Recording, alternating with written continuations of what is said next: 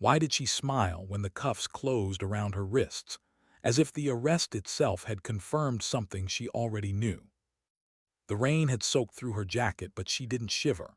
She didn't argue when they said the words out loud: fraud, impersonator, stolen valor. She let them echo, let them bounce off her like spent rounds. Inside, something steadied her. A quiet certainty. Norfolk Naval Station moved around her in gray motion as she was escorted past young sailors who stared with open judgment. She kept her chin level, eyes forward. Being misunderstood was not new. Being hated for silence was familiar. What hurt was not the handcuffs. It was the ease with which people believed the worst. She felt the old anxiety press against her ribs, the one that whispered you should explain, defend, prove. She ignored it. She had learned long ago that the truth didn't always need a voice. Sometimes it only needed time. They put her in a room designed to make people small. Fluorescent lights, a steel table, a mirror that wasn't really a mirror. She counted water drops falling from her sleeve to the concrete floor, grounding herself in numbers the way she had learned to do in places much darker than this. When the commander came in, full of certainty and suspicion, she saw a man who believed in systems, databases, rosters, clean lines. She also saw the crack forming when she answered his questions without hesitation and refused to perform when he pushed too hard. Each detail she gave was not offered to convince him. It was simply accurate. Accuracy had always been her refuge. Still, even as she sat there, calm on the surface, something churned underneath. A familiar knot of guilt. A face she hadn't let herself forget. A promise she hadn't yet kept. She wondered if this was how it ended, not in fire or noise, but in a quiet room where no one knew who she really was. The thought didn't scare her. What scared her was the idea that she might run out of time. What made a man with 4 decades of command behind him suddenly go silent at the sight of a tattoo? When the admiral entered, the air changed. She felt it before she saw it, the way rooms do when authority arrives that doesn't need to announce itself. He didn't accuse her. He didn't threaten her. He simply asked her to stand, and in his eyes she saw something she hadn't expected, recognition edged with regret. Rolling up her sleeve felt heavier than pulling a trigger ever had. The ink had been earned in pain, in loss, in a place that officially didn't exist. When his hand trembled, she felt her own resolve shake just for a moment. Memories flooded in without warning. Heat, dust, blood on her hands that wasn't hers. Her brother's voice in her ear, steady even as everything fell apart. She swallowed hard, pushing the memories back where they belonged.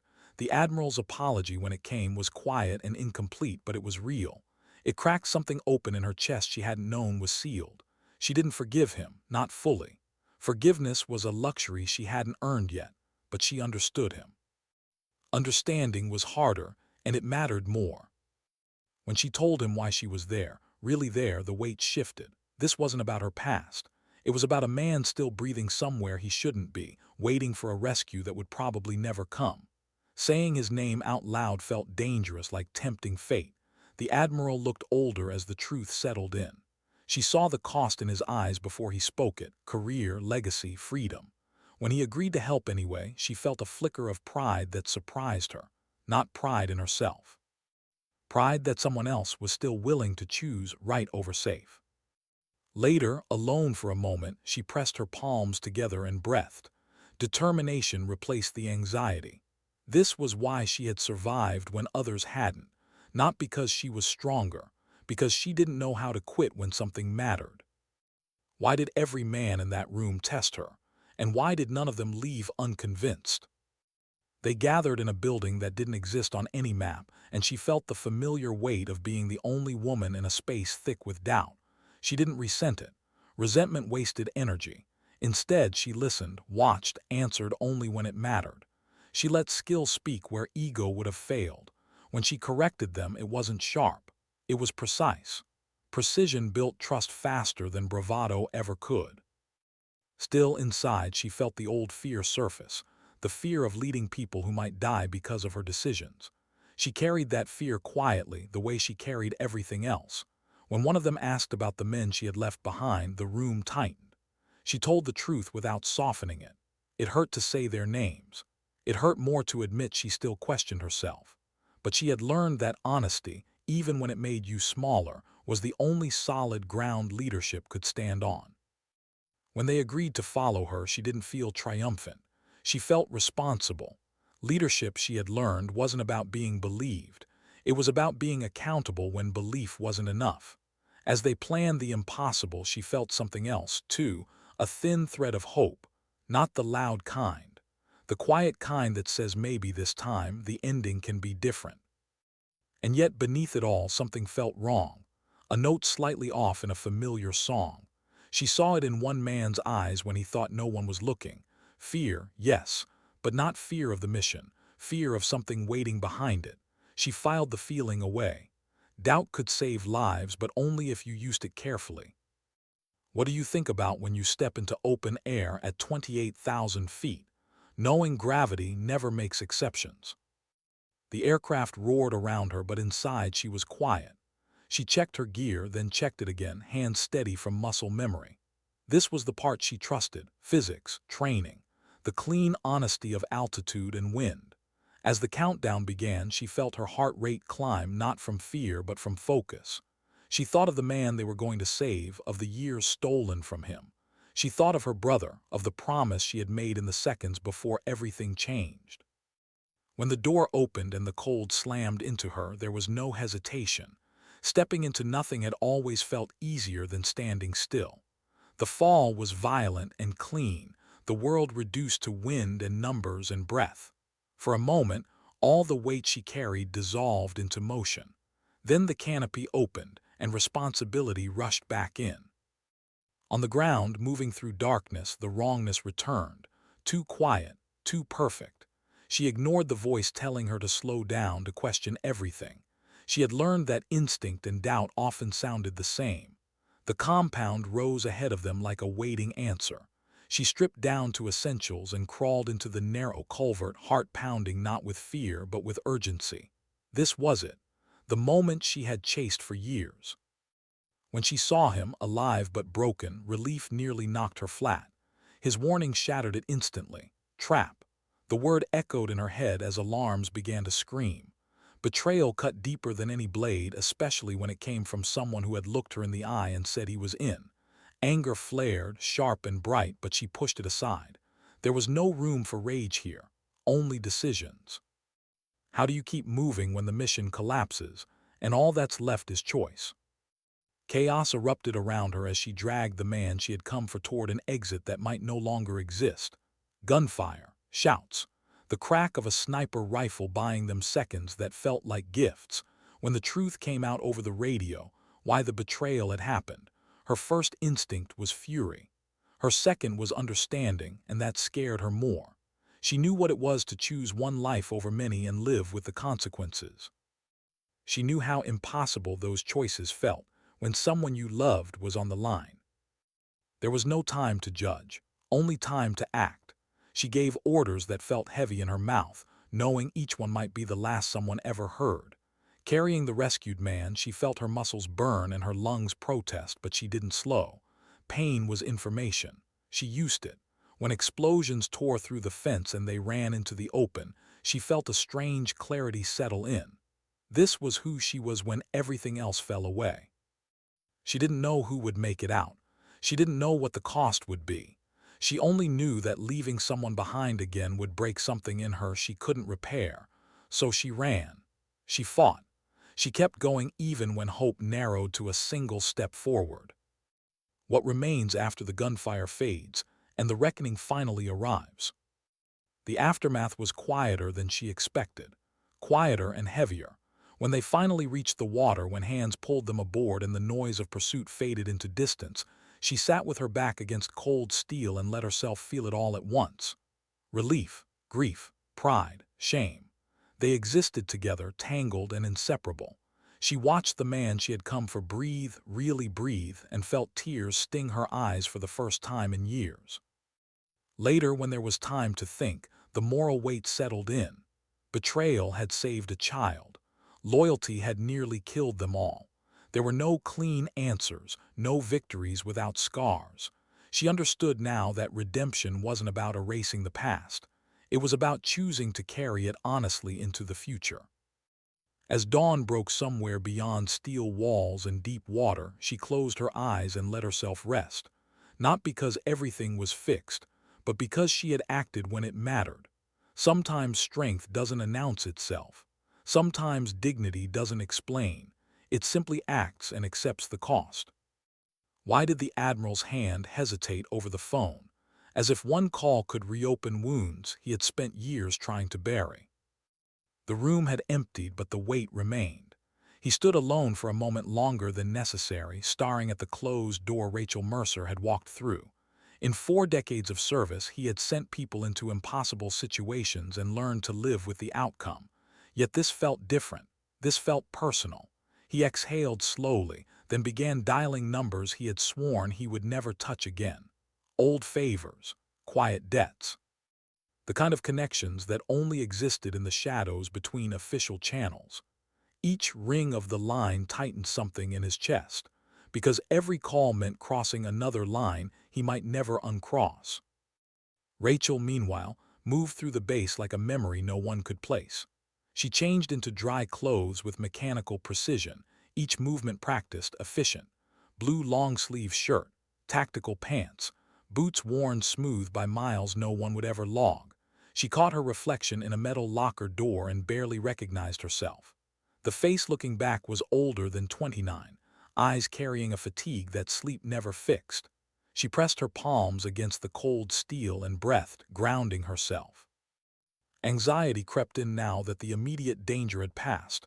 Planning was safe, waiting was not. As she walked toward Building 7, she felt the familiar isolation settle around her. Being erased had taught her how invisible she could be, how easily the world moved on without you. She wondered briefly what it would feel like to belong somewhere again. The thought surprised her. Belonging had once been everything. Now it felt like a risk she wasn't sure she could afford. The building sat at the edge of the base, unmarked and unremarkable, the kind of place you only noticed if you were meant to. Inside, the air smelled of dust and old paper. When she stepped into the planning room, the eyes turned toward her weren't welcoming. They were assessing, measuring. She accepted it without resentment. Trust had to be earned. She preferred it that way. She felt it immediately, the skepticism thick as smoke. Men who had built identities around competence, around being the best in rooms like this. She had been here before, many times, often alone. The anxiety whispered again, one mistake and they'll never follow you. She shut it down. Fear was useful only if it sharpened you. She let it do that. When the medic challenged her, she answered without ego. She spoke not from textbooks but from memories that still woke her at night. Cold hands, blood soaking into snow, the helpless rage of watching someone bleed out because you were seconds too late. As she spoke, she felt the pride rise, not loud, not arrogant, but steady. Pride in what she had survived. Pride in what she had learned the hard way. The sniper's test came next, numbers and wind and variables stacking on top of each other like a quiet duel. She felt the familiar calm settle in, the world narrowing to math and consequence. When she corrected him, she saw the shift in his eyes, respect replacing doubt. It didn't make her smile. Respect, she knew, could vanish as quickly as it appeared. But it was a start. Then came the question she dreaded. Yemen, left behind. The words tasted like rust in her mouth. She told the truth anyway. The room went still, and for a moment she felt naked in a way no physical exposure could ever match. This was the cost of honesty. This was the cost of leading. She felt broken and proud at the same time, two emotions she had learned could coexist without canceling each other out. When they finally said they were in, she didn't feel relief. She felt the weight double. Leadership wasn't about being chosen. It was about carrying the consequences when things went wrong. And things always went wrong. Later, alone under the night sky, she stopped walking and looked up. Stars scattered across the darkness, indifferent and constant. The same stars she'd stared at in places where hope felt like a rumor. She whispered a name she hadn't allowed herself to say out loud in years. Miguel. Hold on. The words carried a fragile hope she barely trusted herself to feel. What kind of man agrees to betray everyone he stands beside and hates himself for it before the first shot is fired? Nathan Collins sat in his quarters long after the lights dimmed, hands clasped so tightly his knuckles ached. His phone lay on the table in front of him, silent and innocent. He hated it, hated what it represented. Every vibration made his heart jump, every moment of silence stretched his nerves thinner. He thought about his daughter's laugh, the way it filled a room without effort. He thought about the video they had sent him. Proof of life, proof of leverage. The anxiety crushed his chest until breathing felt like work. He had told himself he would find another way. He always did, until he ran out of time, until the choice narrowed to one impossible decision. He knew the price of betrayal, knew exactly what it would cost him if anyone ever learned the truth. And yet, when he imagined his daughter's face, everything else blurred. Honor felt abstract when weighed against a child's life. On the aircraft, he kept his eyes down, afraid that if he looked too closely at the others, he would break.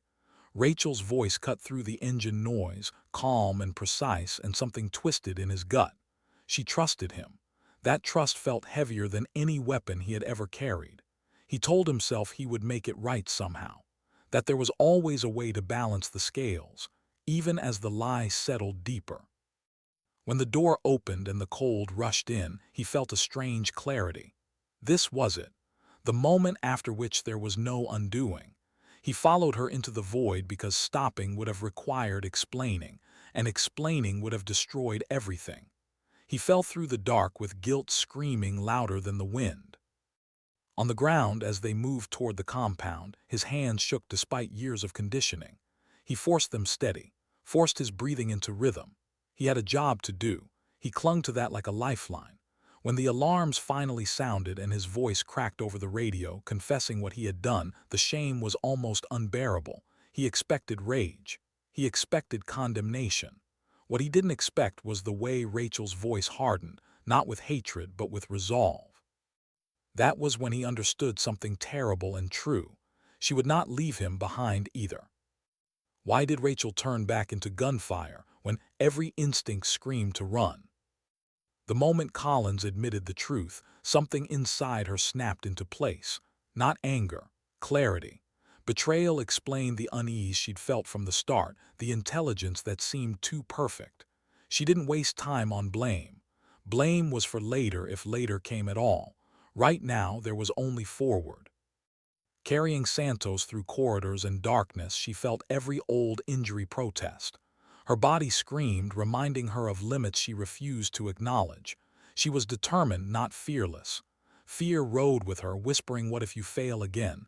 She answered it with action. Step, breathe, shoot, move. The rhythm kept the panic at bay. When the team broke into the open and pursuit began in earnest, she tasted the metallic edge of exhaustion. Dogs, vehicles, numbers stacking against them. She made decisions in seconds that would haunt her for years. When she ordered Collins to slow the enemy down, she knew what she was asking. She saw the acceptance in his eyes and felt a sharp, unexpected ache. People were not just operators. They were fathers, brothers, daughters waiting somewhere far away. Turning back for him wasn't a calculation. It was instinct. The same instinct that had driven her brother into the path of an RPG years before. She understood now what that choice had cost him, and why he had made it anyway. Dragging Collins through freezing water, bullets snapping around them, she felt broken and strangely whole at the same time. This was the line she refused to cross again. No more leaving people behind. As dawn crept closer and the boat finally pulled away from the shore, she collapsed against the deck, chest heaving. She looked at the faces around her, bloodied, exhausted, alive, and felt something like hope bloom painfully in her chest. It wasn't clean. It wasn't triumphant. It was fragile and hard-won. Later, in the quiet after, she would replay every decision, every second she might have done differently. That was who she was. But in that moment, watching the horizon swallow the night, she allowed herself one truth. She had chosen to act, even when it hurt, even when it risked everything. Sometimes strength isn't about never breaking. Sometimes it's about breaking and still moving forward anyway. Why did the silence after extraction feel heavier than the gunfire they had escaped? The boat cut through black water with a steady, merciless rhythm, and Rachel sat hunched near the stern, arms wrapped around herself despite the heat lamps overhead. The adrenaline had drained too fast, leaving behind a hollow ache that settled deep in her bones. Around her, men moved quietly, tending wounds, checking gear, avoiding eye contact. Survival did that sometimes. It stole words. She stared at her hands, still trembling, and waited for them to stop. They didn't. Not yet. Miguel Santos lay on a stretcher nearby, oxygen hissing softly with each breath. Alive. The word felt unreal, like something borrowed from another life. She watched his chest rise and fall and felt a pressure build behind her eyes. Relief came tangled with guilt. Relief that she had reached him in time. Guilt that others, years ago, hadn't been as lucky. The past didn't stay buried just because you did something right once. When Collins finally sat up, pale and shaking, their eyes met. He opened his mouth, then closed it again. There were no words that could bridge what had happened. Rachel nodded once. Not forgiveness, not condemnation, just acknowledgement. He looked away, shoulders sagging, and she wondered how long he would carry this. Probably forever. Some choices carved grooves you never quite escaped. By the time they reached the ship, dawn was bleeding into the sky, a dull gray promise of day. The deck crew moved with practiced urgency, and suddenly hands were everywhere, voices calling out vitals, commands overlapping. Rachel stepped back instinctively, giving space, feeling oddly disconnected from her own body. This was the part she hated. The part where control slipped away and you had to trust systems and people you barely knew. In the debrief room hours later, exhaustion pressed down on her like a physical force. She sat straight anyway, back rigid, eyes focused. The Admiral was there again, lines deeper on his face than before. He listened as reports came in, his jaw tightening at certain details. When it was her turn to speak, the room went still. She told it cleanly. No embellishment, no excuses. She spoke of the compromise, the ambush, the decisions made under pressure. When she described turning back for Collins, she felt the weight of every eye on her. She didn't justify it. She didn't apologize. She simply stated the outcome. Everyone came back alive. Silence followed, thick and uncomfortable. Inside, doubt churned. She replayed the moment again and again. Had she risked too much? Had she gambled lives on a line she refused to cross? Anxiety gnawed at her, sharp and persistent. Leadership, she knew, meant living with questions that never fully answered themselves. After the room emptied, the Admiral stopped her at the door. For a long moment he said nothing. Then quietly, "You understand what this means?" She nodded. She did. Investigation, scrutiny. Her name dragged through channels she'd avoided for years. He sighed, a sound heavy with both respect and regret. "You did what many wouldn't," he said, "and what some will never forgive." Later, alone in temporary quarters that felt too clean, she finally let herself sit on the edge of the bed. The stillness was unsettling. No radio chatter, no distant explosions, just her own breathing. She pressed her palms into her eyes until stars burst behind her lids. For a moment, she felt broken. The kind of broken that didn't show on scans or reports. The kind that lived quietly and grew stronger in the dark. Why did saving a life feel so close to reopening old wounds she thought had scarred over? When Miguel woke fully, she almost didn't recognize the man staring back at her. He was thinner, eyes shadowed, but when he smiled, it was unmistakable. "You took your time," he rasped. The sound of his voice hit her harder than any impact. She laughed softly, a sound she hadn't heard from herself in a long while, then felt tears spill before she could stop them. She pulled herself together quickly, embarrassed by the display.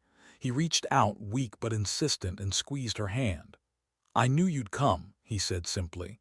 The certainty in his tone made her chest tighten painfully. Faith like that was terrifying. What if she hadn't made it?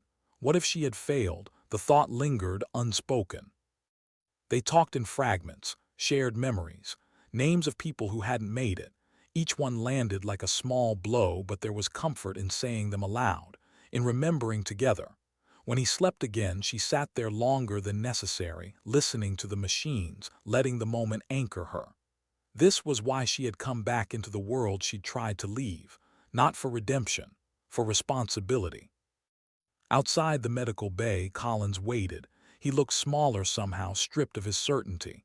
"I don't expect," he began, voice cracking. Rachel stopped him with a raised hand. "This isn't about expectations," she said quietly. "You made a choice. You'll live with it, so will we." Her words weren't cruel. They were honest. Honesty was the only thing she had left to offer. When the investigation started, they moved fast.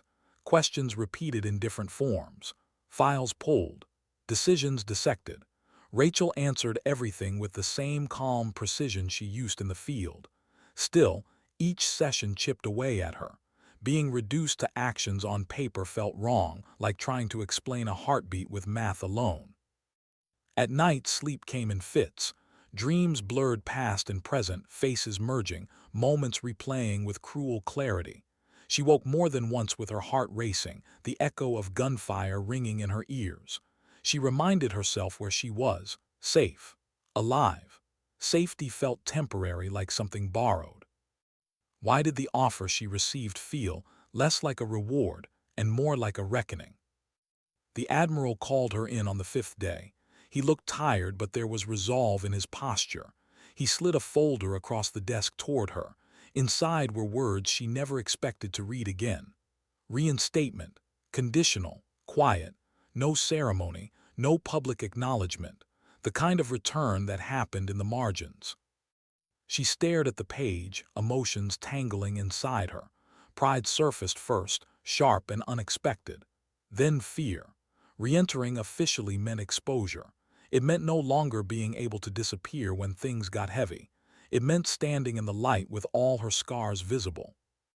"You don't have to decide now," the Admiral said, softer than she'd ever heard him.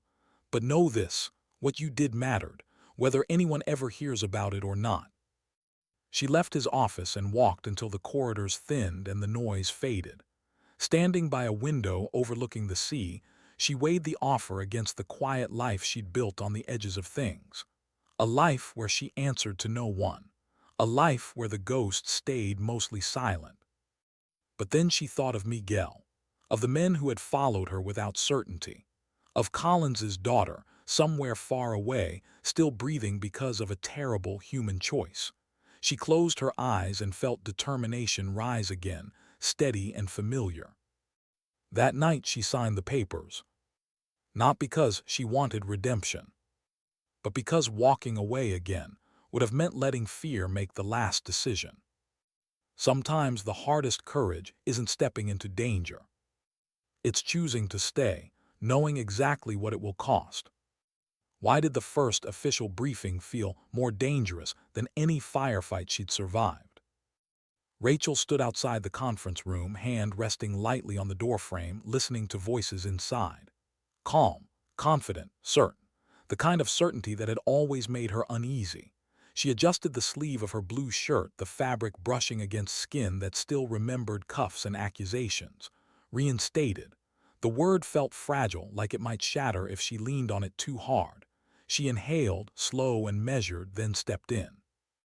The room fell quiet in a way that wasn't hostile but wasn't welcoming either. Eyes flicked to her insignia, then away. She took her seat without comment, posture straight, gaze steady. Anxiety stirred, sharp and familiar, not fear of failure, fear of being seen too clearly. Out there in the field, expectations were honest. Here they were layered with politics and memory. She reminded herself why she was here, not to be liked, to be useful. The mission on the screen was complex without being flashy, a region torn by quiet violence, a target defined less by coordinates than by influence. No heroics promised, just long hours, imperfect information, and consequences that would ripple far beyond the objective. As she listened, she felt determination settle in. This was the work she understood, the work between headlines. When it was her turn to speak, she chose her words carefully. She didn't oversell, she didn't minimize risk. She spoke about people, not just positions, about what pressure did to decision-making, about how fear traveled faster than orders. Some nodded, some didn't. She noticed who listened and who waited to talk. The old instincts sharpened. Trust would come later, if at all. After the briefing, a junior officer approached her, hesitating. "Ma'am," he began, then stopped, unsure. She waited. Patience had become one of her quieter strengths. "They say you disappeared," he finally said, not accusatory, curious. She met his eyes and offered a small, honest answer. "I stepped away," she said, "and learned what it costs." He nodded, absorbing that.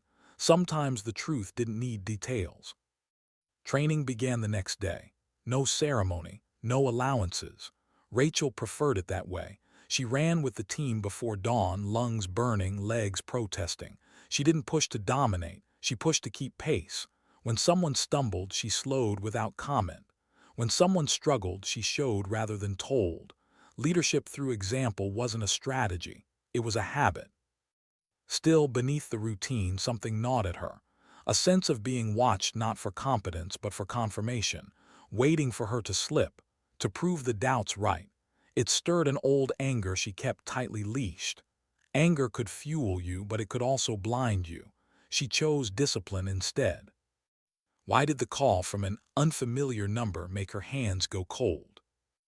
It came late, when the bass had settled into a low hum and the world felt temporarily contained.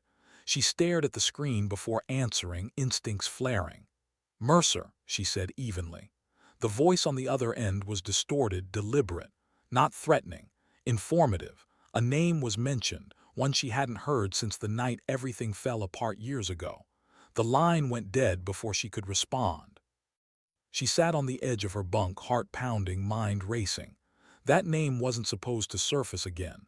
It belonged to a chapter she had sealed off, a network dismantled, a debt unpaid. Anxiety surged, hot and insistent.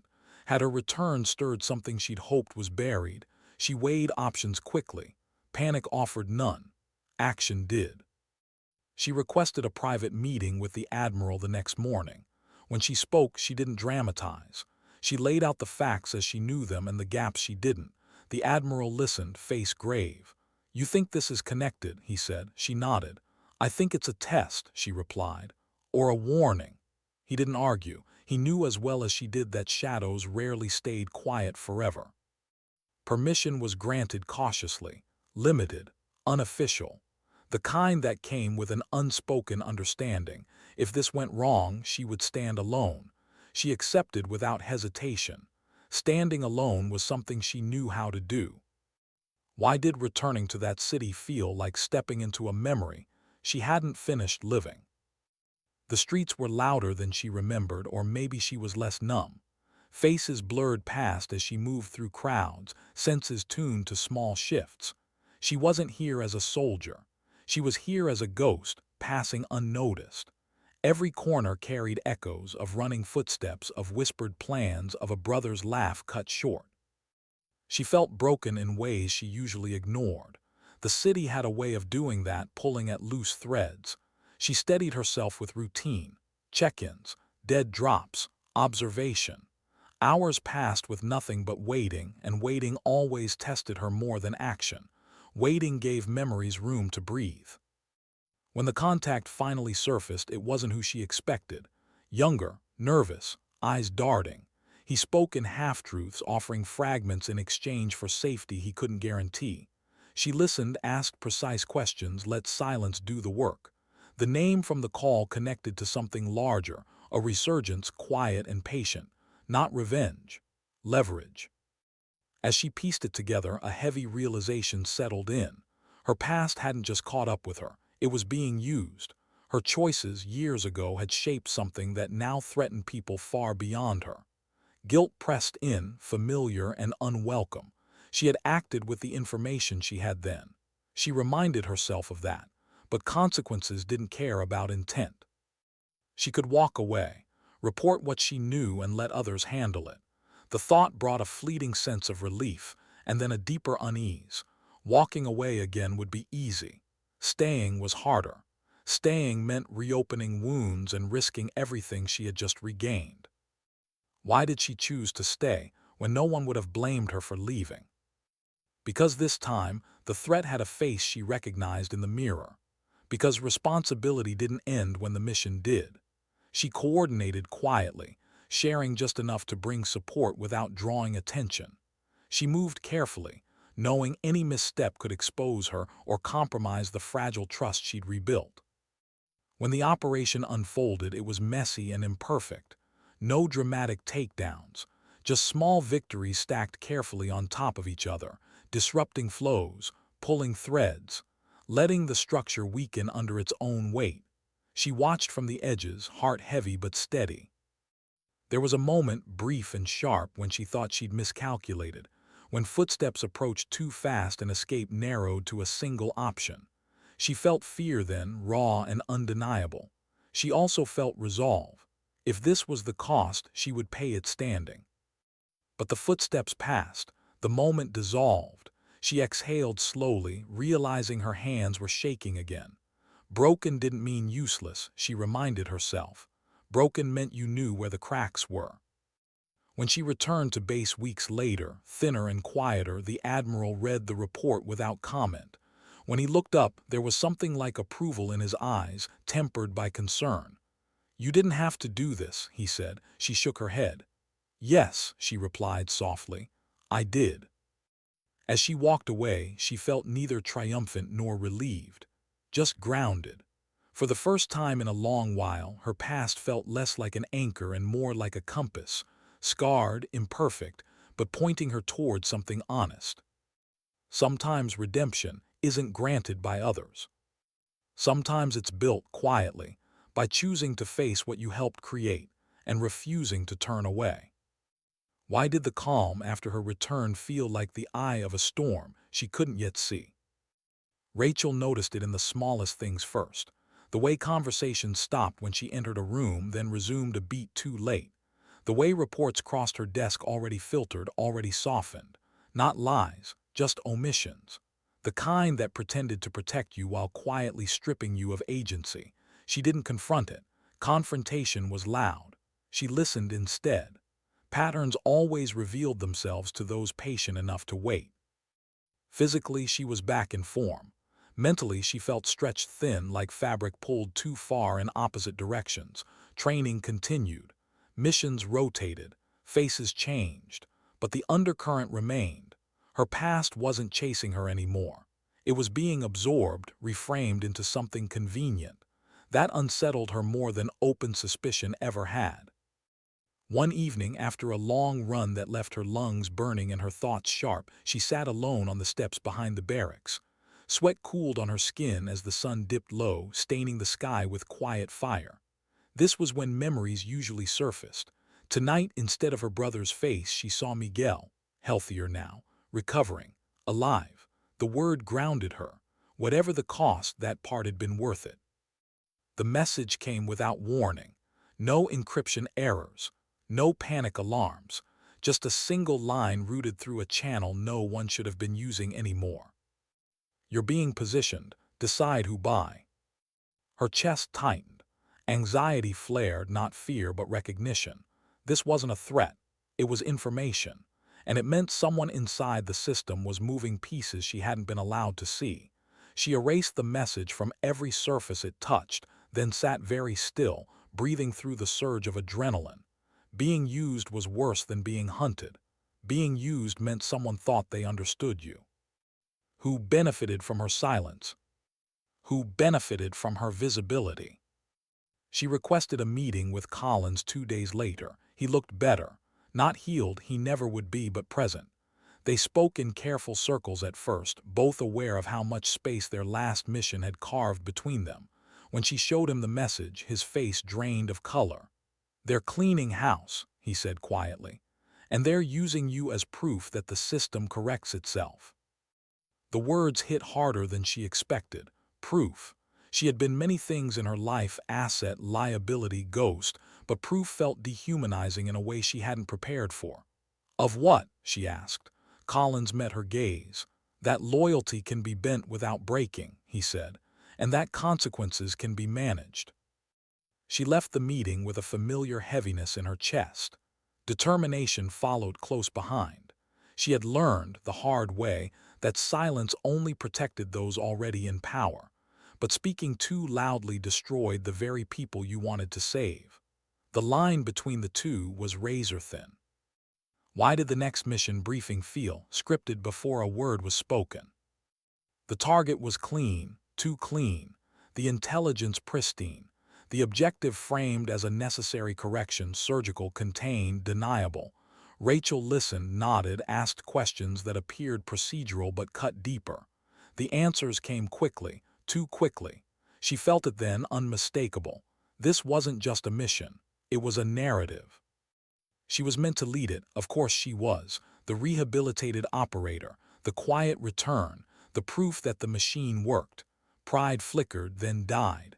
Pride built on manipulation was poison. She asked for time, unusual but granted. That alone confirmed her suspicion. In the hours that followed, she cross-checked what little she could without raising alarms. Patterns emerged, old connections, familiar tactics dressed in new language. The same network she had disrupted abroad had not disappeared. It had migrated, adapted. And now, someone was using her credibility to finish a job that would bury the truth permanently. She felt broken in a way she hadn't since the night her brother died. Broken because the choice ahead of her wasn't between right and wrong. It was between wrong and irreversible. She didn't sleep that night. She sat on her bunk, boots on, gear laid out but untouched. At some point near dawn, she made her decision. It wasn't loud. It didn't feel brave. It felt inevitable. Why does doing the right thing often require betraying the version of yourself others depend on? She altered the mission parameters quietly. Not enough to trigger suspicion, just enough to create space. She looped in exactly one person, the Admiral, through a channel that hadn't been used since before her arrest. When he arrived, older and visibly wary, she laid everything out. No accusations, just facts, connections, outcomes. He listened longer than he spoke. When he finally did, his voice carried a weight she hadn't heard before. "If you proceed your way," he said, "you'll dismantle more than the target." She nodded. "I know. And if you're wrong," she didn't flinch, "then I'll accept that." The pause that followed felt endless. At last he sighed. "You'll have minimal support," he said, "and no protection." She met his eyes. "I never expected any." The mission unfolded in fragments, delays, redirects, moments of near collapse followed by narrow escapes. Rachel moved through it with a calm born not of confidence but of clarity. She knew what she was risking now. Career, freedom, the fragile trust she had rebuilt. She also knew what she would lose if she stayed silent. When the confrontation came, it wasn't violent. It was devastating in a quieter way. Recorded conversations, financial trails, orders given just ambiguously enough to avoid blame until placed side by side. Rachel watched from a distance as the structure began to fold in on itself. Not collapse, fold, like something exhausted. She felt no triumph, only a deep, aching sadness. Systems were built by people, and people, she had learned, rarely believed themselves to be villains. Why did walking away afterward feel heavier than stepping into the unknown ever had? There was no ceremony, no formal reprimand, just a sealed envelope and a handshake that lingered half a second too long. The words inside were careful, legal, final. She was free, truly free this time. No shadows, no quiet channels, no return implied. She packed lightly. She always did. As she left the base for the last time, she didn't look back. Not because it didn't matter, because it mattered too much. Weeks later, in a place where no one knew her name, she sat at a small table overlooking a stretch of open land. The air was clean, the silence honest. She felt tired in a way sleep could finally touch. Broken, yes, but also lighter. She thought of her brother, of Miguel, of Collins's daughter, of the men and women who would never know how close certain truths had come to being erased. She didn't need them to know. That wasn't the point. Sometimes strength isn't staying inside the system long enough to change it. Sometimes it's knowing when to step away, having done what you could at the cost you chose. And sometimes redemption doesn't arrive with recognition.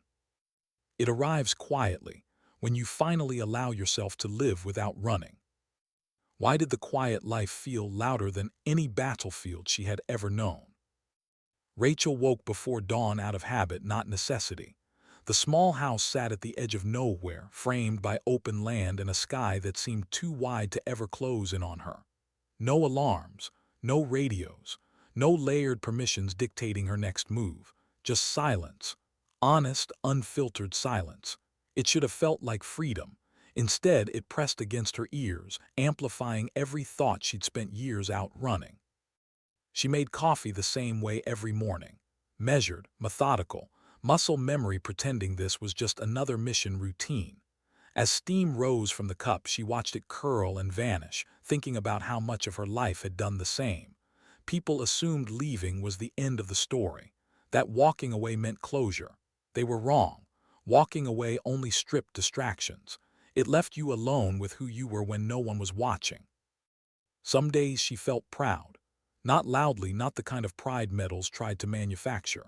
The quiet pride of knowing she hadn't compromised when it counted. Other days she felt broken in ways that surprised her.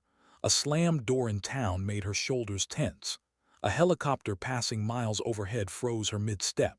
Healing, she realized, wasn't linear. It was circular.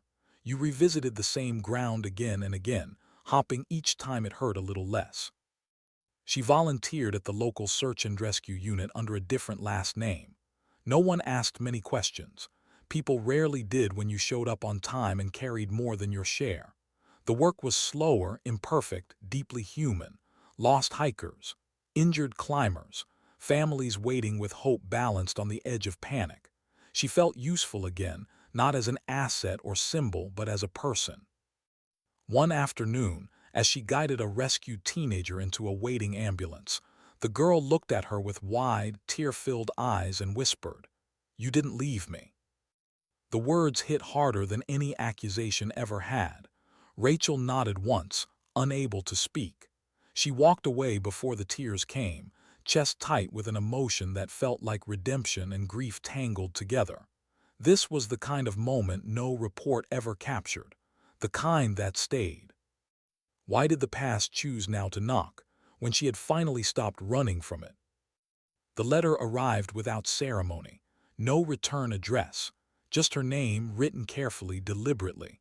She stared at it for a long moment before opening it, instincts humming despite the calm she'd built around herself.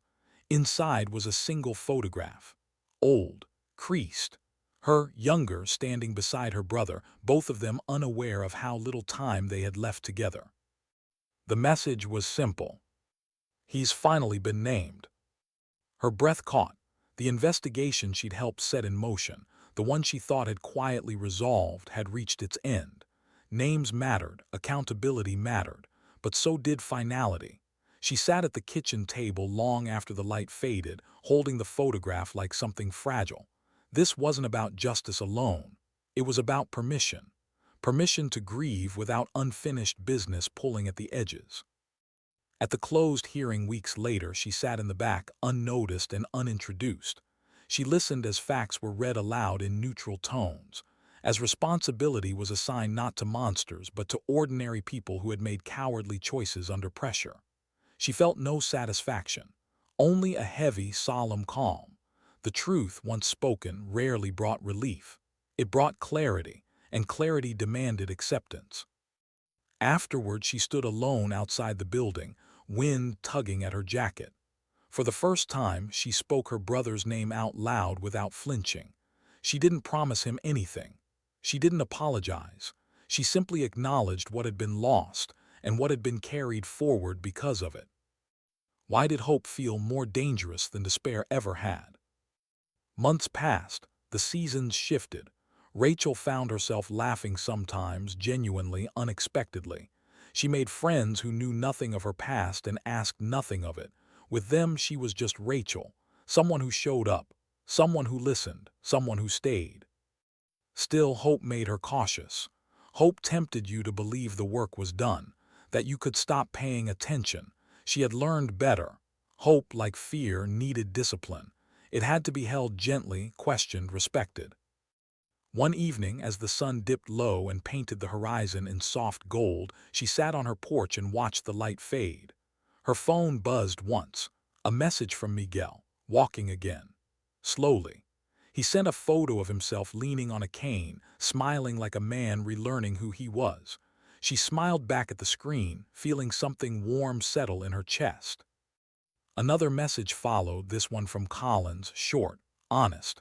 His daughter had started school. He was doing the work every day without shortcuts. Rachel didn't respond immediately. When she did, it was simple: keep going. Some debts couldn't be repaid. They could only be honored through consistency. She realized then that leadership hadn't left her life when the uniform did. Leadership wasn't a role. It was a way of carrying yourself through the world, of choosing action over comfort, of staying present when disappearing would be easier. What remains of a soldier when the war is finally over? Not the skills, those faded or adapted. Not the rank, that had been stripped away and rebuilt and stripped again. What remained were the choices. The moments you turned toward responsibility instead of away from it. The times you stayed silent so others could be heard. The times you spoke up knowing it would cost you everything familiar. Rachel stood and stepped into the cooling night air, feeling the ground solid beneath her feet. She wasn't healed. She might never be. But she was whole enough to keep moving, whole enough to build something honest from the pieces she carried. Somewhere far away, systems continued to grind forward. Conflicts rose and fell. Names were added to lists no one wanted to read. She couldn't save everyone. She had never believed she could. But she had learned that impact didn't require visibility. It required presence. She closed her eyes and breathed deeply, fully. For the first time in years, the future didn't feel like a threat. It felt like a responsibility she was finally ready to accept. Sometimes dignity doesn't speak. It doesn't demand recognition or offer explanations. Sometimes dignity simply acts, and then has the courage to live with what it's done.